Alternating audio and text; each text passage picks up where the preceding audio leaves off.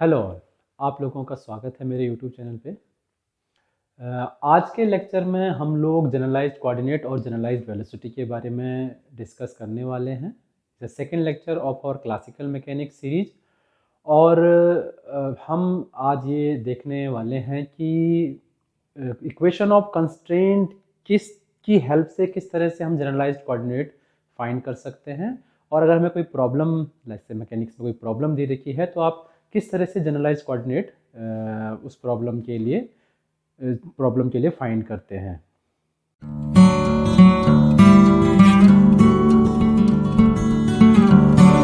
Generalised coordinate के concept को समझने से पहले हम समझ लेते हैं कि डिग्री ऑफ फ्रीडम क्या होता है।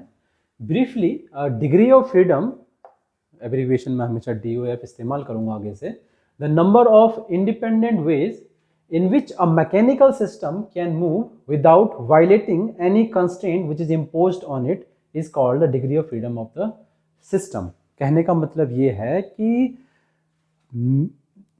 Minimum number of independent ways एक पार्टिकल जो मूव कर सकता है, तो उससे मूव करने की कितनी तरह से वो मूव कर सकता है in a minimum independent number of ways, कितनी तरह से वो मूव कर सकता है without even violating the constraint, या फिर कंस्ट्रेंट को कंप्लाई करते हुए वो कितनी तरह से मूव कर सकता है, that is called the degree of freedom of the system. For example, कहने का मतलब ये है कि एक भी अगर हमारे 3 डायमेंशनल स्पेस में, फॉर एग्जांपल लेट्स से हमारे पास ये रूम है और रूम पे लेट्स से हमारे पास कोई फ्लाई या मॉस्किटो उड़ रहा है, ठीक है, तो उसकी पोजीशन को एक पर्टिकुलर टाइम पे स्पेसिफाई करने के लिए आपको 3 कोऑर्डिनेट की ज़रूरत होती है, x, y एंड z, ठीक है। अब अगर कोई कंस्ट्रेंट नहीं है उस पार्टिकल पे, then the minimum number of coordinates और minimum number of ways that mosquito can fly, it can fly along the let's say x direction, it can fly along y direction और it can fly along z direction. 3 independent way से ये fly कर सकता है, move कर सकता है, motion कर सकता है। So this is called its degree of freedom. अगर आप इस पर कोई कंस्ट्रेंट इंपोज कर दें, लेट्स से आप कहते हो ये भाई अब मॉस्किटो जो है ये z डायरेक्शन में आप फ्लाई नहीं कर सकता है, z इक्वल टू 0 हो गया, z इक्वल टू 0 इसके लिए आप कंस्ट्रेंट हो गया, ठीक है ना। इसका कोऑर्डिनेट हमेशा z इक्वल टू 0 होगा, x y कुछ भी हो सकता है। जिसका मतलब क्या हो गया, अगर ये x एक्सिस है, ये y एक्सिस है, तो ये xy प्लेन में ही बाउंड हो गया है, z हमेशा के लिए इसके लिए 0 हो गया है, ठीक है ना। सो इसका डिग्री ऑफ फ्रीडम क्या हो गया, it can only move in 2 direction only, independently obviously, एक x डायरेक्शन में जा सकता है और इंडिपेंडेंटली एक y डायरेक्शन में जा सकता है, ठीक है। बाकी in between they are mixture of the x and y, ठीक है। तो उस सेंस में हम ये कह सकते हैं कि it has only 2 degree of freedom, ठीक है। तो under the constraint it has only 2 degree of freedom. Constraint क्या था, z इक्वल टू 0, ठीक है।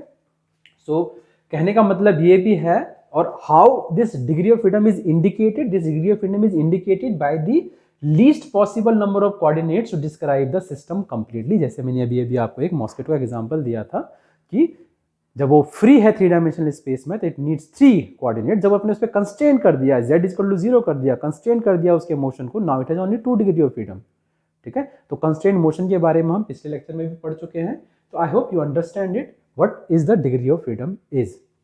अब हम एग्जाम्पल से इसको समझाते हैं, मैथमेटिकल एग्जाम्पल से। सेम हम ले लेते हैं इस तरह का।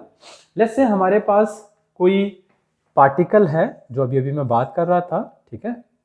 लेट्स से ये x एक्सिस है, ये y एक्सिस है, z एक्सिस है, ये हमारे पास P पॉइंट है, ठीक है। At any time to specify the location of that point P completely we need 3 coordinates basically x, y and z, ठीक है। लेट्स से अगर हम इसमें कोई कंस्ट्रेंट इंपोज कर दें, ठीक है, z is equal to 0, now z is equal to 0 is the constraint, ठीक है।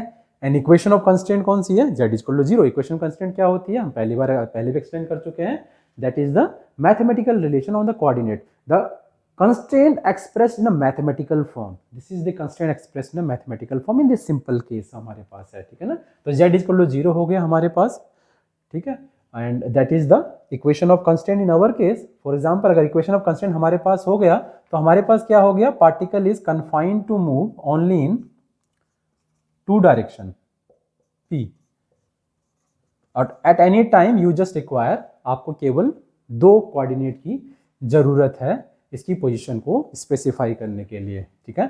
तो नंबर ऑफ कोऑर्डिनेट रदर से हमें कहना चाहिए नंबर ऑफ इंडिपेंडेंट कोऑर्डिनेट, ठीक है ना। तो इंडिपेंडेंट में ना वर्ड लिख देता हूं, number of independent coordinates required in this case 3, ठीक है। नंबर ऑफ इंडिपेंडेंट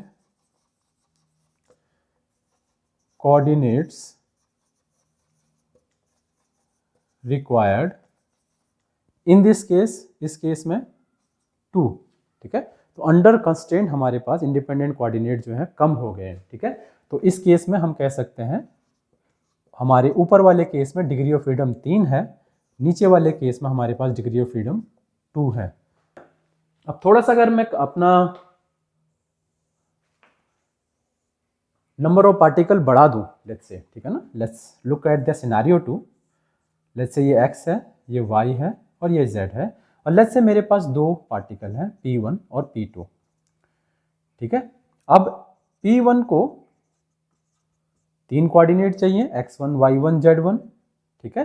p2 की पोजीशन को स्पेसिफाई करने के लिए भी आपको 3 कोऑर्डिनेट चाहिए, x2 y2 एंड z2, ठीक है। नाउ 2 पार्टिकल के लिए नंबर ऑफ इंडिपेंडेंट कोऑर्डिनेट कितने हैं इस केस में? तो number of independent coordinates required इस केस में, जहां पर हमारे पास 2 पार्टिकल है, तो ये एक बॉक्स में अलग कर देता हूं, ये एक अलग प्रॉब्लम है, ठीक है। So number of independent coordinate required in this case 3 इसके लिए चाहिए, 3 इसके लिए चाहिए, हमें 6 कोऑर्डिनेट की जरूरत है, ठीक है। x1 y1 z1 x2 y2 z2, कहने का मतलब है 3 for each particle and how many particle we have? 2 particle, 3 into 2 6 हमें चाहिए। अब यहीं पर ही मान लो कि हम एक कंस्ट्रेंट लगा देते हैं, इस एग्जाम्पल पे एक कंस्ट्रेंट लगा देते हैं। कंस्ट्रेंट ये है कि इनके बीच का जो डिस्टेंस है P1 और P2 के बीच का डिस्टेंस मान लो कभी चेंज नहीं हो सकता है, ये एक रिजिड बॉडी की तरह बिहेव कर रहे हैं दोनों पॉइंट, ठीक है ना। तो इन दोनों का डिस्टेंस जो है वो कांस्टेंट है। क्या है डिस्टेंस दोनों के बीच में? x2 minus x1 whole square plus y2 minus y1 whole square plus z2 minus z1 whole square is constant. वो है क्या? Basically P1 P2 whole square, ठीक है। तो आई होप आपने सिंपल ज्योमेट्री से हम बता सकते हैं कि P1 P2 जो मेरे पास होगा वो ये होगा, और लेट्स से हमारे पास कंस्ट्रेंट जो है वो ये हो गया है, ठीक है। एंड तो हम क्या कह सकते हैं कि ये जो हमारे पास है this is equation of constraint. Verbally हमारे पास कंस्ट्रेंट क्या है? वर्बली अगर मैं बताऊं तो कंस्ट्रेंट है कि P1 और P2 के बीच का डिस्टेंस कभी भी चेंज होगा, 2 पॉइंट रेंडमली मूव नहीं करेंगे, 2 पॉइंट जहां भी मूव करेंगे एक सिंगल फैशन में, सिंगल बॉडी की तरह मूव करेंगे, ठीक है। तो उनके बीच का डिस्टेंस चेंज नहीं हो सकता है, ठीक है। That is the constraint verbally.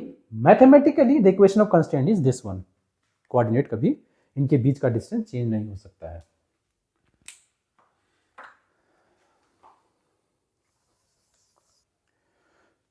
तो बेसिकली हमारे पास यहां पर कितने कंस्ट्रेंट है? हमारे पास एक कंस्ट्रेंट है, ठीक है। इस एक कंस्ट्रेंट की वजह से क्या होगा, जैसे हमने पिछली बार ही बताया था, इक्वेशन ऑफ कंस्ट्रेंट की वजह से क्या होता है यहाँ पे, ठीक है ना। इक्वेशन ऑफ कंस्ट्रेंट की वजह से हमारे पास जो 6 के 6 1 2 3 4 5 6 कोऑर्डिनेट जो हैं वो अब इंडिपेंडेंट नहीं हो गए। अगर हमें 5 कोऑर्डिनेट पता है तो आप एक कोऑर्डिनेट को निकाल सकते हो आराम से। तो एक कोऑर्डिनेट फिक्स हो गया, एक कोऑर्डिनेट बाकी 5 कोऑर्डिनेट पे डिपेंडेंट हो गया है, ठीक है। तो नंबर ऑफ इंडिपेंडेंट कोऑर्डिनेट हमारे पास रिड्यूस हो गए यहाँ पे बेसिकली, ठीक है।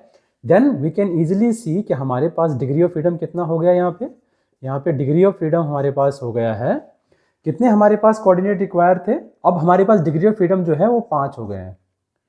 क्यों हो गया 5 हमारे पास डिग्री ऑफ फ्रीडम? क्योंकि पहले हमारे पास 6 थे, लेकिन 6 इंडिपेंडेंट कोऑर्डिनेट थे, लेकिन क्योंकि अब 6 के 6 इंडिपेंडेंट नहीं है, एक डिपेंडेंट बन गया है, x2 x1 y2 y1 z2। मान लो मुझे पता तो z1 में निकाल सकता हूं इस इक्वेशन से, because that is fixed, P1 P2 fix है और मुझे पता होगा। नहीं पता होगा तो कभी भी आप डिटरमाइन कर सकते हो, क्योंकि दैट रिमेन कांस्टेंट ऑलवेज, ठीक है। तो हमारे पास 5 डिग्री ऑफ फ्रीडम हो गए। अगर मैं इसको इक्वेशन की फॉर्म में लिखूं यहाँ पे ठीक है। तो मेरे पास क्या हो गया, मेरे पास पहले थे 3 coordinate for each particle, 2 number of coordinate minus A constraint. इसको मैं इस फॉर्म में लिख सकता हूं, ठीक है। और इसी तरह से आप और एग्जांपल ले सकते हो बहुत सारे, जिसमें आप इस इक्वेशन को वेरीफाई कर सकते हो कि जनरल इक्वेशन जो डिग्री ऑफ फ्रीडम की मेरे पास होती है दैट इज कितने, एक पार्टिकल के लिए 3 कोऑर्डिनेट चाहिए होते हैं 3 डायमेंशनल स्पेस में, क्योंकि हम कार्टेशियन स्पेस में काम कर रहे हैं अभी, ठीक है। और n मान लो नंबर ऑफ पार्टिकल हैं, माइनस लेट्स से हमारे पास s जो है वो इक्वेशन नंबर ऑफ कंस्ट्रेंट है, then this is called the small f which we calling as a degree of freedom, ठीक है। तो small f is degree of freedom, s is number of constraints, कितने constraint है, एक constraint है, 2 constraint है, कितने कंस्ट्रेंट है हमारे पास। मान लो साथ ही साथ अगर मैं इनकी पोजीशन को ओरिजिन से वो भी फिक्स कर दूं, ठीक है ना, तो मेरे पास फिर और एक कंस्ट्रेंट आ गया, ठीक है। तो 2 कंस्ट्रेंट और हो जाएंगे मेरे पास। तो इस तरह से जितने कंस्ट्रेंट आप बढ़ाओगे आपके डिग्री ऑफ फ्रीडम उतने ही कम होने शुरू हो जाएंगे, ठीक है। तो general formula for a degree of freedom is 3 into n minus s, where s is the number of constraint, f is the degree of freedom, n is the number of particle, and we are assuming that we are working in a Cartesian coordinate system and for each particle we need 3 coordinates, ठीक है। तो basically कहने का मतलब ये है कि degree of freedom जो हमारे पास होता है वो कंस्ट्रेंट की वजह से लेस हो जाता है, ठीक है। जितने कोऑर्डिनेट आपको ओरिजिनली चाहिए, ठीक है, माइनस कंस्ट्रेंट, कितने कंस्ट्रेंट आपके पास है उतना हमारे पास डिग्री ऑफ फ्रीडम होता है, उतने हमारे पास लेस कोऑर्डिनेट हमें चाहिए होते हैं, जो मैंने एग्जांपल यहाँ पे दिया था डायनेमिक्स को सॉल्व करने के लिए, किसी पर्टिकुलर सिस्टम को स्पेसिफाई करने के लिए, उसी कॉन्फ़िगरेशन को आपको उतने ही कम कोऑर्डिनेट की जरूरत होती है। जनरलाइज्ड कोऑर्डिनेट की हम डिस्कस कर लेते हैं। जनरलाइज्ड कोऑर्डिनेट्स बेसिकली जैसे हमने अभी भी डिस्कस किया था कि degree of freedom is basically the minimum number of independent coordinates required to specify the system completely, ठीक है। Now generalized coordinates कोई भी set of coordinates हो सकते हैं जो independently minimum number of coordinates होने चाहिए generalized coordinate में, जो independently किसी भी system की configuration को completely specify कर दें, यानी कि आपको minimum number of coordinate independent coordinate कितने required हैं जो system को कंप्लीटली स्पेसिफाई कर दें, ठीक है ना, उसको हम बोलते हैं जनरलाइज्ड कोऑर्डिनेट। इसको हम जनरलाइज्ड कोऑर्डिनेट इसलिए बोलते हैं क्योंकि it is not only the Cartesian coordinate, लेकिन कार्टेशियन कोऑर्डिनेट के अलावा भी डिफरेंट कुछ और हो सकते हैं। It can be like an theta, phi, angle और मे बी एनीथिंग एल्स, ठीक है। So to describe the configuration of a system we select the smallest number of variables, these are called the generalized coordinates, ठीक है। सबसे smallest number, obviously they are become the degree of freedom then. तो generalized coordinates is equal to the degree of freedom of the system. Generalized coordinates are any set of coordinates, no restrictions, not necessarily the Cartesian coordinate, यानी कि जरूरी Cartesian coordinate भी generalized coordinate हो सकते हैं, उसके अंदर ही आ जाते हैं, कार्टेशियन कोऑर्डिनेट भी जनरलाइज्ड कोऑर्डिनेट के अंदर ही आ जाते हैं, but not necessarily the generalized Cartesian coordinate, sorry, which completely describe the system. एक एग्जांपल से हम इसको लेते हैं, इनफैक्ट कुछ एग्जांपल ले लेते हैं to explain what is a generalized coordinate, ठीक है। जनरलाइज्ड कोऑर्डिनेट क्या होते हैं। सबसे फर्स्ट एग्जांपल हम लेते हैं, एग्जांपल 1, हम इसको पहले भी कर चुके हैं, सिंपल पेंडुलम। जब हम इक्वेशन ऑफ कंस्ट्रेंट कर रहे थे हमने इस एग्जांपल को लिया था। सिंपल पेंडुलम हमारे पास क्या होता है, अपनी इक्विलिब्रियम पोजीशन से किसी पर्टिकुलर टाइम पे मान लो थीटा एंगल से डेविएट हो रखा है, ओ पॉइंट ऑफ सस्पेंशन है, OP जो है हमारे पास L है, L हमें कांस्टेंट दिया हुआ है, ठीक है। Motion is confined in let's say XY plane, आप इसे मान लेते हैं, ठीक है। तो ये हमारे पास लेट्स से ये X एक्सिस है और नीचे हमने ये Y एक्सिस ले लिया। किसी भी एक पर्टिकुलर टाइम पे आपको 2 कार्टेशियन कोऑर्डिनेट चाहिए X और Y, क्योंकि आपने ये कहा कि आपका जो मोशन है वो XY प्लेन में कन्फाइंड है, ठीक है। तो किसी भी पर्टिकुलर टाइम पे आपको X और Y 2 कोऑर्डिनेट चाहिए होंगे, ठीक है। अब आपका कंस्ट्रेंट क्या है, वर्बली कंस्ट्रेंट इज दो तरह से, motion is confined in expand plane, एक तो ये है, दूसरा है जो एल है, ओपी जो पॉइंट ऑफ सस्पेंशन लेंथ हमारे पास है वो भी हमारे पास कांस्टेंट है, ठीक है। We require to Cartesian coordinates, आपको दो कार्टेशियन कोऑर्डिनेट्स की जरूरत है यहाँ पे, जो है x और y, क्योंकि हमारे पास यहाँ पर इक्वेशन ऑफ कंस्ट्रेंट है, ठीक है। तो हमारे पास इक्वेशन ऑफ कंस्ट्रेंट क्या है, लास्ट टाइम हम इसको डिस्कस कर चुके हैं पहले लेक्चर में, अगर आपने पहले लेक्चर नहीं देखा तो please go and see it.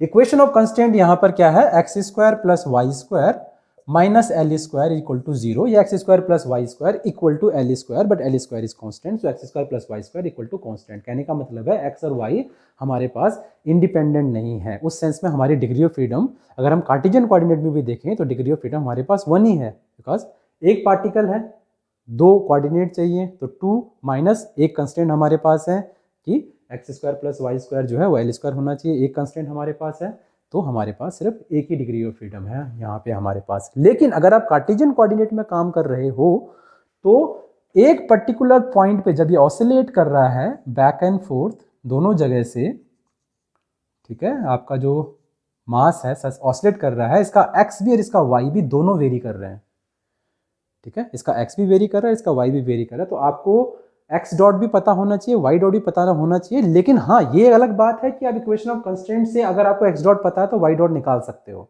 वो एक अलग चीज है, ठीक है। लेकिन कार्टेशियन कोऑर्डिनेट में अगर आप काम कर रहे हो तो आपको दोनों का वेरिएशन पता होना चाहिए कि दोनों वेरी कर रहे हैं, बेसिकली डायनेमिक्स में दोनों वेरी कर रहे हैं, एक्स भी वेरी कर रहा है और वाई भी वेरी कर रहा है, ठीक है। पोलर कोऑर्डिनेट में, इन पोलर कोऑर्डिनेट हमारे पास क्या है, एक तो इसका पोजीशन वेक्टर होगा जो एल है और एक थीटा है, यहां भी हमें दो चाहिए लेकिन एल तो कांस्टेंट है, ऑलरेडी गिवन है हमें, ठीक है। So since L is constant we have only theta coordinate, तो पोलर कोऑर्डिनेट हमें सिर्फ थीटा चाहिए इसमें, ठीक है, which is obvious because degree of freedom भी हमारे पास एक ही है, ठीक है। So the point is now it's all depends on you to choose a coordinate for it. Minimum number of coordinate कितने चाहिए, डिग्री ऑफ फ्रीडम के बराबर चाहिए। डिग्री ऑफ फ्रीडम कितनी है इसकी, 1 है डिग्री ऑफ फ्रीडम इसका, ठीक है, तो we need 1 coordinate obviously. Now it's our choice to choose either Cartesian coordinate और चूज थीटा। सो उस चीज को स्पेसिफाई करने के लिए मैथमेटिकली हम कहते हैं उनको जनरलाइज्ड कोऑर्डिनेट, ठीक है। वो कार्टेशियन कोऑर्डिनेट भी हो सकते हैं, वो इस तरह से थीटा एंगल भी हो सकता है, कुछ भी हो सकता है, इवन मोमेंटम भी हो सकता है, कुछ भी हो सकता है हमारे पास, ठीक है ना। So any set of minimum set of coordinates, independent coordinates required to specify the position, एक पर्टिकुलर टाइम पे इसकी पोजीशन को कंप्लीटली स्पेसिफाई करने के लिए हमें पोलर कोऑर्डिनेट में केवल थीटा ही चाहिए, एल तो फिक्स है, एल ऑलरेडी गिवन है, ठीक है। सो हम क्या करते हैं, जनरलाइज्ड कोऑर्डिनेट हमारे पास थीटा है यहाँ पे, और बेस्ट थिंग यही है कि हम जनरलाइज्ड कोऑर्डिनेट थीटा लें हमारे पास, ठीक है। The minimum number of coordinate required, हम थीटा हमारे पास लेंथ नहीं है like usually Cartesian coordinate, it is an angle, इसका डायमेंशन जो है एंगल है, बट कोई फर्क नहीं पड़ता, ठीक है, बिकॉज जनरलाइज्ड कोऑर्डिनेट की डेफिनेशन यही है कि any set of variables, dimension कुछ भी हो उनका, ठीक है, if they can be used to specify the position of the system at a particular time, then we can use them as a generalized coordinate, बशर्ते वो इंडिपेंडेंट हो सारे आपस में और वो लीनियरली इंडिपेंडेंट हो और वो लीस्ट नंबर ऑफ कोऑर्डिनेट्स हमारे पास हो, यानी that should be equal to the degree of freedom, ठीक है। यहाँ पर एक बात मैं बताना भूल गया आपको, ठीक है, generalised coordinates are denoted by letter Q, ठीक है, ये हमारे पास नॉमेनक्लेचर जनरली सारी लिटरेचर फॉलो करती हैं, जनरलाइज कोऑर्डिनेट Q से करते हैं, तो बेसिकली हमारे पास जनरलाइज कोऑर्डिनेट क्या हो गया यहाँ पे, थीटा, सिर्फ एक ही चाहिए हमें, अगर दो चाहिए होता तो हम उसे क्या करते, सबस्क्रिप्ट से डिनोट करते, ठीक है। तो जनरलाइज कोऑर्डिनेट Q, मान लो हमारे पास एक नहीं चाहिए तो हम क्या करते हैं, उसे QI बोल देते हैं, where I goes from 1 to कितना डिग्री ऑफ फ्रीडम एफ तक, ठीक है। जितने डिग्री ऑफ फ्रीडम उतने जनरलाइज कोऑर्डिनेट हमारे पास होने चाहिए। Degree of freedom is the least number of coordinates required to least number of independent coordinate required to specify the position of the system. Generalized coordinate is also the same. It should be equal to degree of freedom, ठीक है। यहाँ पर एक ही degree of freedom है तो हमारे पास Q ही चाहिए, basically हम इसे Q1 बोल देते हैं, एक ही चाहिए हमें, ठीक है ना, generalize coordinate. Okay,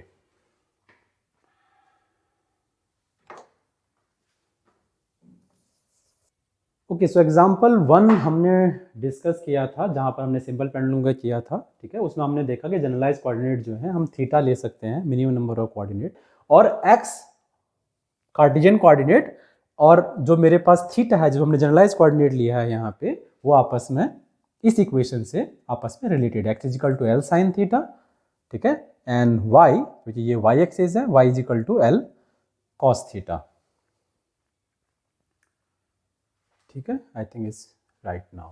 now let's go to the second example. Let me write properly, example 2 ही लिख लेते हैं, ठीक है जी। और particle moving in a plane, ये एग्जाम्पल ले लेते हैं सिंपल वाला। लेट्स से हमारे पास एक्स एक्सिस है, ये हमारे पास वाई एक्सिस है, ये कोई पी पॉइंट है, ठीक है। Let's say this is r and that angle is theta, वो हमारे पास ओरिजिन है। x and y are the two coordinates required to specify the position of the particle p at any time, ठीक है, in Cartesian coordinate। तो हमारे पास Cartesian coordinate जो हमारे पास हैं यहाँ पे वो है x and y, ठीक है। और हमारे पास जो पोलर कोऑर्डिनेट्स हैं वो है हमारे पास r and थीटा। इसमें हमारे पास लेट्स से कोई कंस्ट्रेंट नहीं है, ठीक है, पार्टिकल कहीं भी मूव कर सकता है 2 डायमेंशनल प्लेन के अंदर, ठीक है, एटलीस्ट 2 डायमेंशनल केस के अंदर। ऑब्वियसली वो 3 डायमेंशन नहीं है, 2 डायमेंशन में मूव कर रहा है, तो विद इन 2 डायमेंशन कोई कंस्ट्रेंट नहीं है हमारे पास कि आर कांस्टेंट है या कुछ थीटा कांस्टेंट है या क्या है हमारे पास है, वो ऐसा कोई कंस्टेंट हमारे पास यहाँ पे नहीं है। तो हमारे पास इस केस में, ठीक है, हमारे पास जनरलाइज कोऑर्डिनेट हम दोनों ले सकते हैं, ठीक है। हम ये भी कह सकते हैं कि Q1 जो है वो x है और Q2 जो है वो y है। जनरलाइज कोऑर्डिनेट हम x और y को भी ले सकते हैं। जनरलाइज कोऑर्डिनेट यहाँ पर हम r भी ले सकते हैं और थीटा भी ले सकते हैं, क्योंकि 2 डिग्री ऑफ फ्रीडम है यहाँ पर, ठीक है। At a particular time to specify the position of a particle p, आपको 2 कोऑर्डिनेट की जरूरत है। आप चाहे कार्टेशियन लो, चाहे आप पोलर कोऑर्डिनेट अपने ले लो, ठीक है। तो यहाँ पर हमारे पास क्योंकि डिग्री ऑफ फ्रीडम 2 है, कार्टेशियन में भी 2 है, पोलर में भी 2 हमारे पास है, यही हमारे पास ऐसा लग रहा है कि यही हमारे पास दो पेयर ऑफ वेरिएबल्स हैं अलग अलग सिस्टम में, ठीक है, जो हमें रिक्वायर्ड है at any time to specify the position of the particle, particle की पोजीशन निकालने के लिए, ठीक है। तो हम जनरलाइज कोऑर्डिनेट एक्स वाई भी ले सकते हैं और हम यहाँ पर आर और थीटा भी ले सकते हैं, दोनों ही हमारे पास यहाँ पे जनरलाइज कोऑर्डिनेट हो जाएंगे, ठीक है। हम यहाँ पर कह सकते हैं कि हमारे पास जो r है that is x square plus y square का अंडर रूट, जो थीटा है that is tan inverse y by x. Directly हम यहाँ से, हमें पता है, यहाँ से हम निकाल सकते हैं, ठीक है। X square plus y square जो हमारे पास है, ठीक है, तो this is y, this is x, x square plus y square is r square, Pythagoras theorem हमारे पास है, तो r हमारे पास ये हो जाएगा। और tan theta y by x है, y बाई एक्स है, तो थीटा हमारे पास tan inverse y by x हो जाएगा। इसी केस में हमारे पास जो है, अगर मैं देखूं तो x हमारे पास यहाँ पे r cos थीटा है इस केस में, इस ज्योमेट्री में, एंड y हमारे पास r sin थीटा है, ठीक है। तो ये हमारे पास दूसरा एग्जाम्पल हो गया जहां पर हम जनरलाइज कोऑर्डिनेट, ये ऐसा एग्जाम्पल है जहां पर हमारे पास कोई प्रिफर नहीं होता, हम कार्टेशियन को भी जनरलाइज कोऑर्डिनेट ले सकते हैं और आर थीटा को भी दोनों जनरलाइज कोऑर्डिनेट ले सकते हैं, यानी कि लेंथ और एंगल भी ले सकते हैं, या लेंथ और लेंथ भी हम जनरलाइज कोऑर्डिनेट ले सकते हैं, यहाँ पे हमारे पास सेम रहेगा, ठीक है। एज अ थर्ड एग्जाम्पल हम ले सकते हैं, लेट्स से हमारे पास एक पार्टिकल है जो 3 डायमेंशनल में मूव कर रहा है, ठीक है, पी पॉइंट है, that is a P point, and x y z जो है इसके कोऑर्डिनेट है। लेट्स से यहाँ पर कंस्ट्रेंट है कि हमारे पास जो आर डिस्टेंस है पी पॉइंट का वो हमेशा कांस्टेंट रहेगा, यानी कि पार्टिकल जो पी है वो एक स्फेरिकल शेल में मूव कर रहा है, स्फेरिकली मूव कर रहा है चारों तरफ हमारे पास, ठीक है। तो बेसिकली इसमें हमारे पास इक्वेशन ऑफ कंस्ट्रेंट क्या हो जाएगी, हम लोग पिछले लेक्चर में डिस्कस कर चुके हैं, x square plus y square plus z square equal to r square हमारे पास इक्वेशन ऑफ कंस्ट्रेंट है, ठीक है। वैसे it has 3 degree of freedom, इसके बाद 3 डिग्री ऑफ फ्रीडम हमारे पास है, ठीक है। कार्टेशियन कोऑर्डिनेट में हमारे पास हमें चाहिए एक्स वाई एंड जेड, ठीक है। पोलर कोऑर्डिनेट या फिर हम कह सकते हैं स्फेरिकल पोलर कोऑर्डिनेट, जो भी आप कहना चाहें, स्फेरिकल पोलर कोऑर्डिनेट में हमें ज़रूरत है r theta phi, spherical polar coordinate में, ठीक है, आर थीटा फाई की ज़रूरत है हमारे पास, ये है, ठीक है।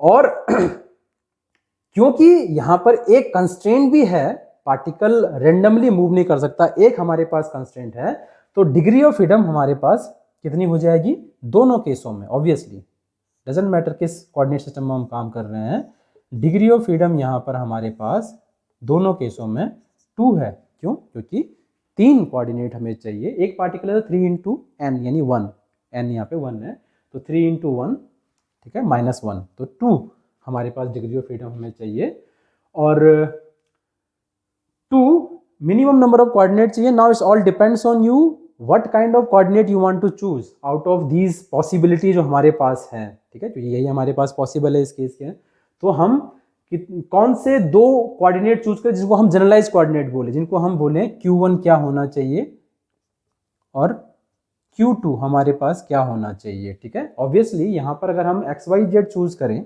मान लो हम एक्स और वाई चूज करते हैं अपने कोऑर्डिनेट 2 और जेड हम इससे निकाल सकते हैं, तो इंडिपेंडेंट नहीं हो गया, तो वैसे तो हमें 3 कार्टेशियन कोऑर्डिनेट चाहिए, लेकिन डिग्री ऑफ फ्रीडम 3 नहीं है, डिग्री ऑफ फ्रीडम 2 है, बिकॉज एक कोऑर्डिनेट जो है वो डिपेंडेंट है, तो minimum number of independent coordinates is 2। तो अगर मैं एक्स वाई चूज कर लेता हूँ यहाँ पे अपने कार्टेशियन कोऑर्डिनेट, ठीक है, लेकिन that is not solve my purpose, because जब भी पी पॉइंट मूव करेगा, ठीक है, एक्स वाई जेड तीनों वेरी करेंगे।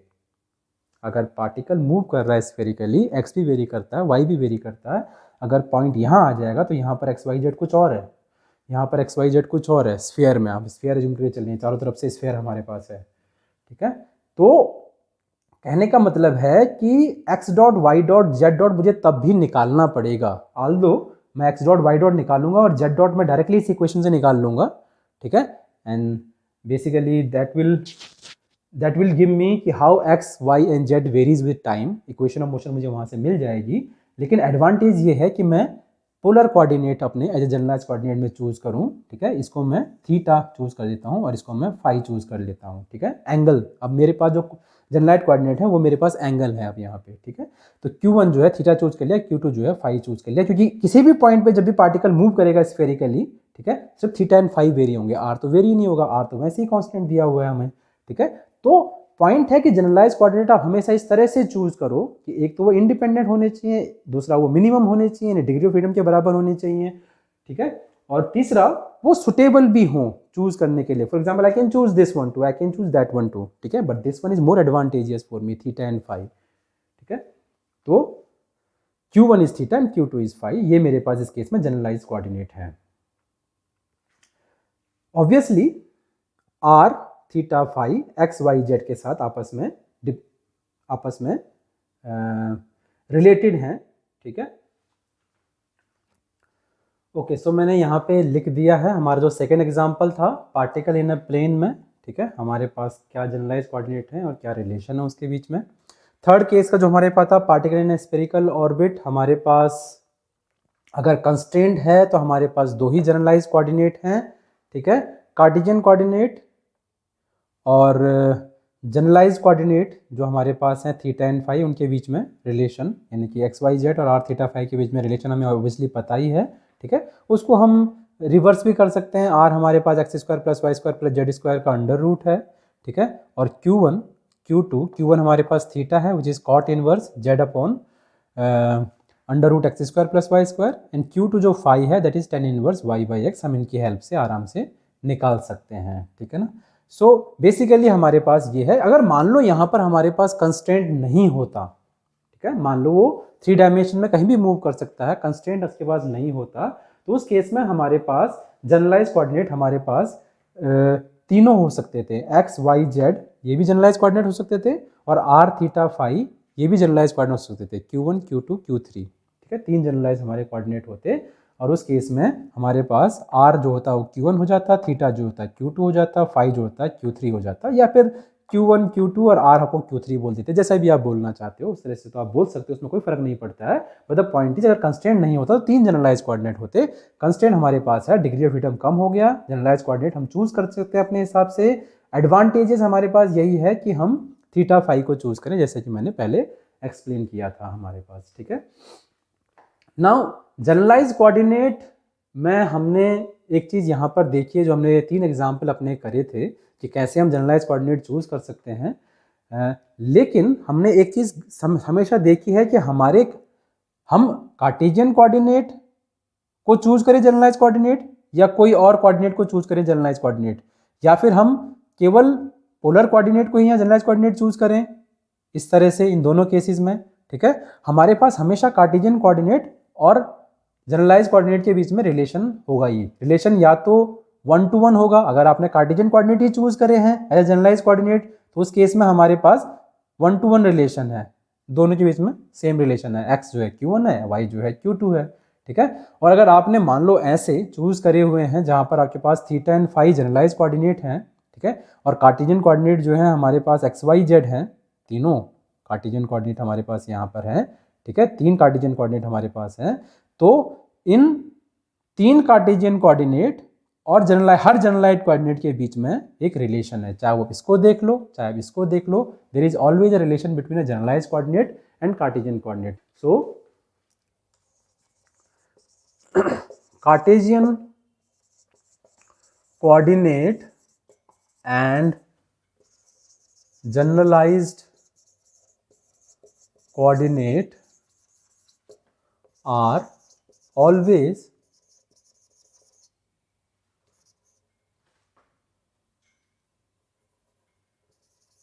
related with each other, ठीक है। मैं ब्लैक पेन पे आ जाता हूं। सो रिलेशन क्या है, आप क्या कह सकते हैं, जैसे मैंने आपको पहले बताया था कि मैं कार्टेशियन कोऑर्डिनेट को हमेशा आर एरो से, फर्स्ट लेक्चर में मैंने बताया, डिनोट करूंगा, ठीक है। Let's say each Cartesian coordinate r is a function of, ठीक है, हर एक कार्टेशियन कोऑर्डिनेट जो है एक्स हो गया वाई हो गया या एक्स वाई जेड हो गया, जितने भी कार्टेशियन कोऑर्डिनेट हैं दे आर फंक्शन ऑफ, जैसे यहां पर है जनरलाइज कोऑर्डिनेट, जनरलाइज कोऑर्डिनेट क्या है, Q1 है, मे बी Q2 है, टिल कितने हो सकते हैं, QF, डिग्री ऑफ फ्रीडम के बराबर। टाइम का भी हो सकता है, लेट्स से, ठीक है, टाइम भी आ सकता है, जनरल केस में टाइम भी आ सकता है, यहाँ पे टाइम नहीं है but I will tell you time कहाँ पे आ सकता है, ठीक है। सो और इसी तरह से आपने देखा कि रिवर्स भी हो सकता है, ठीक है, जैसे यहाँ पर x फंक्शन ऑफ थीटा है, ठीक है, या Q1 Q2 R1 थीटा है, तो R यानी कि Q1 और थीटा यानी कि Q2 भी function of x and y है, तो रिवर्स भी हो सकता है, तो I will cut Qj is a function of are आई कह सकता हूं मैं, या फिर मैं कह सकता हूं कि सभी का, तो मैं R1 लिख देता हूं जैसे मैंने लास्ट टाइम लिखा था, R2 लिख देता हूं, टिल जितने भी कार्टेशियन कोऑर्डिनेट हैं and time, they will be function of this one. तो this is a very important relation, ठीक है, कि वो आपस में रिलेटेड होते हैं, जैसे हमने यहाँ पर एग्जाम्पल में देखा, generalize coordinate and Cartesian coordinate. अगर आपके कार्टेशियन कोऑर्डिनेट ही आपने चूज करे generalize coordinate, then obviously relation is 1 to 1, there is no any functionality, Q1 is same as R1, Q2 is same as R2 and whatever way आप जो भी कहना चाहते हो, कहने का मतलब है कि Ri is same as Q, 1 to 1 correspondence है, ठीक है। और अगर ऐसे सिचुएशन है then there is some functional form, कोई Q1 Q2 एक किसी फंक्शन की तरह, किसी इक्वेशन से दूसरे में रिलेटेड है, ठीक है, दे will be related with an equation. तो हमने डिस्कस किया है कि जनरलाइज कोऑर्डिनेट्स क्या होते हैं और कैसे डिटरमाइन किया जा सकते हैं। As a last one, in a nutshell, how to choose a suitable set of generalize coordinate, what is the guiding principle, क्या है जिसके बेस पर हम जनरलाइज कोऑर्डिनेट चूज कर सकते हैं। आपको पता है generalize coordinate can be any set of coordinate, पर क्या गाइडिंग प्रिंसिपल है जिनके बेस पर हम चूज कर सकते हैं। 3 मैंने यहाँ पे लिखे हुए हैं।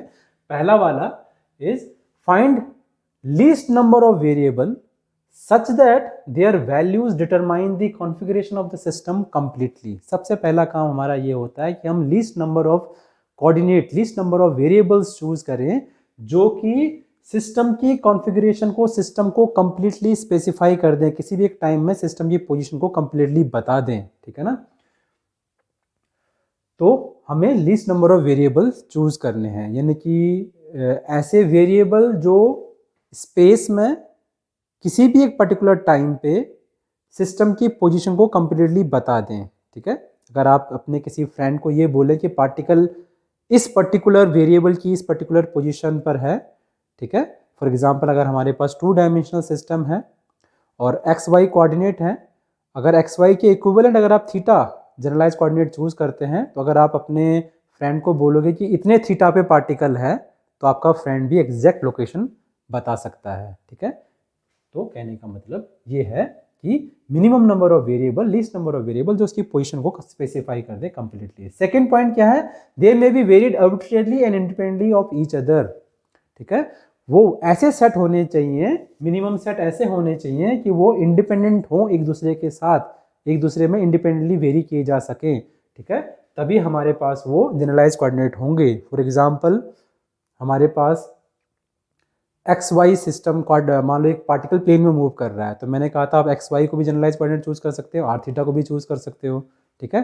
लेकिन अगर हमारे पास कोई कंस्टेंट होता तो एक्स और वाई को आप इंडिपेंडेंटली वेरी नहीं कर सकते। मान लो हम यही कहते हैं कि हमारे पास जो ओरिजिन से पॉइंट पी की लोकेशन है, वो जो आर है वो फिक्स है, इसका मतलब क्या है, एक्स वाई इंडिपेंडेंट नहीं है, x square plus y square equal to r square है या एल स्क्वायर है, जो भी आप कहना चाहते हो, तो they are not independent. Then इसका सीधा सा मतलब ये है कि generalize coordinate should be equal to your degree of freedom. आपको पता होना चाहिए डिग्री ऑफ फ्रीडम सिस्टम की कितनी है, ठीक है, उसके बराबर आपको चूज करना है। तीसरा हमारे पास है there is no uniqueness in the choice of generalize coordinate.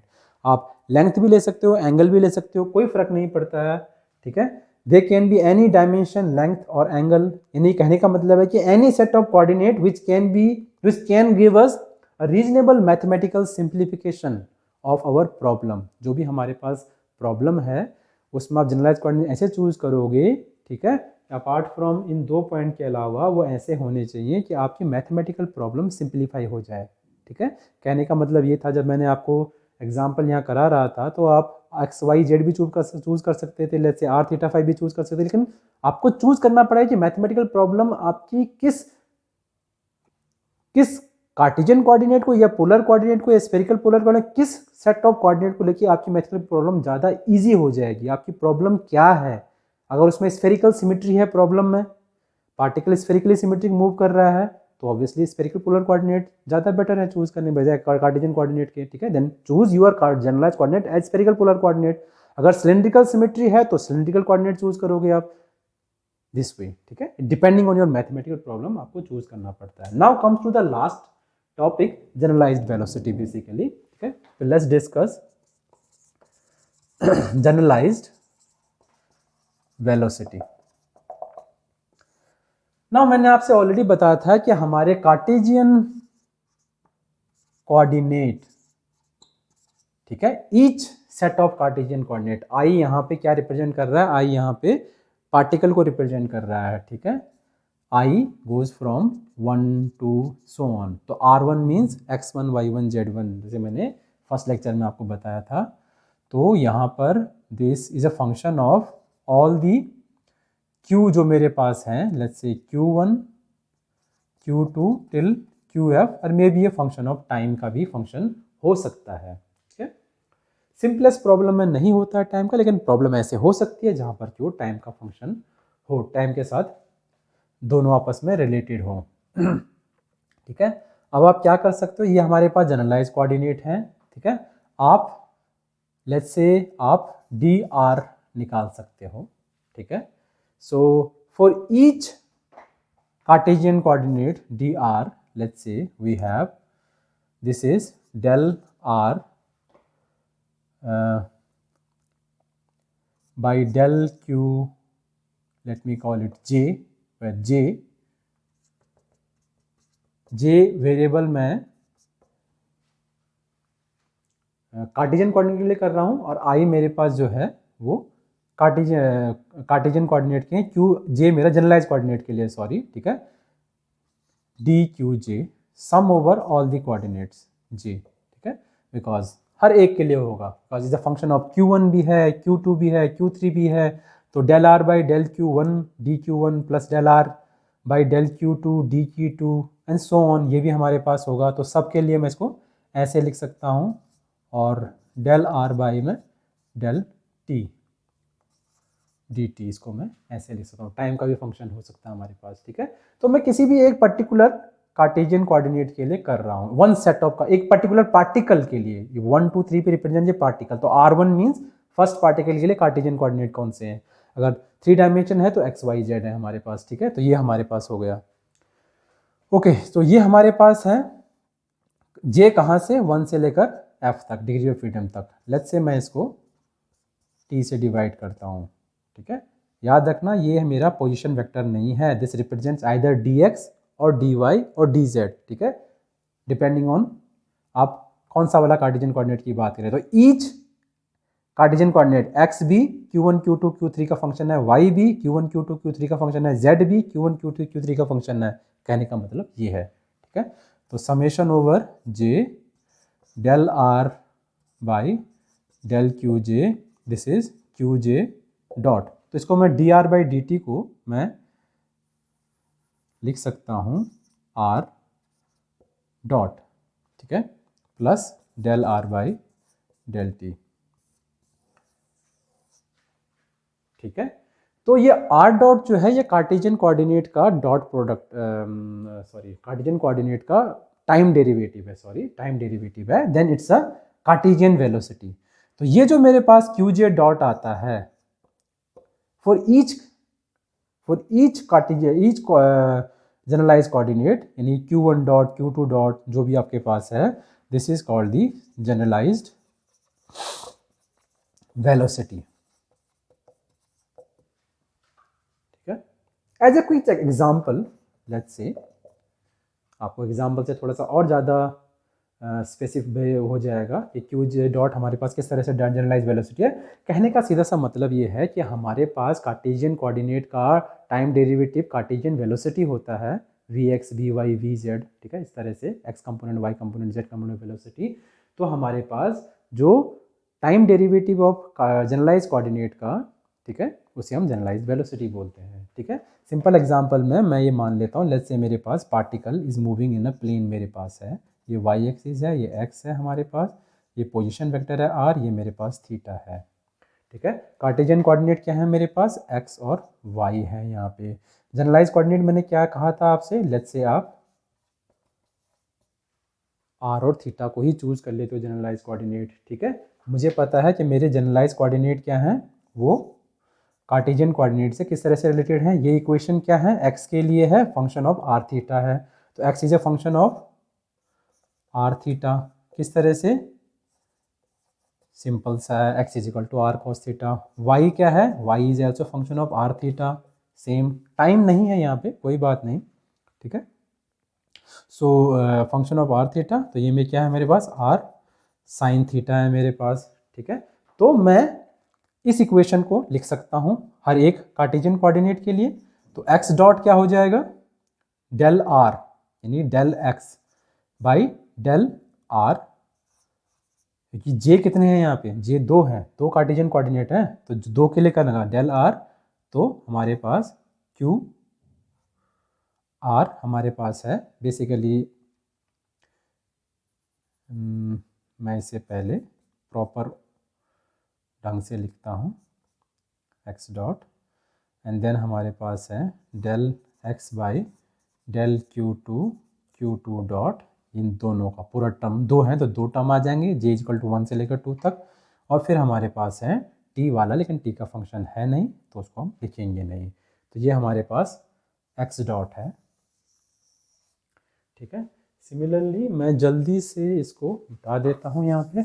Similarly मेरे पास सेम इक्वेशन y डॉट के लिए भी हो सकता है, दूसरे वाले r के लिए, ठीक है। दो टर्म है because j goes from 1 to 2, del r which is basically y divided by del Q1 dot plus del y by del Q2 dot, बस हमारे पास ये y डॉट की इक्वेशन है, ठीक है। क्योंकि Q1 मेरे पास r है, Q2 मेरे पास थीटा है, तो Q1 डॉट मेरे पास r डॉट हो जाएगा, Q2 डॉट मेरे पास थीटा डॉट हो जाएगा। कहने का मतलब है x dot is equal to del x by del r dot plus del x by del theta dot, ठीक है, इक्वेशन यहाँ पे। और y डॉट क्या हो जाएगा, del y by del Q1 यानी कि r dot plus del y by del theta of theta dot, ठीक है। तो मेरे पास ये इक्वेशन आ गई।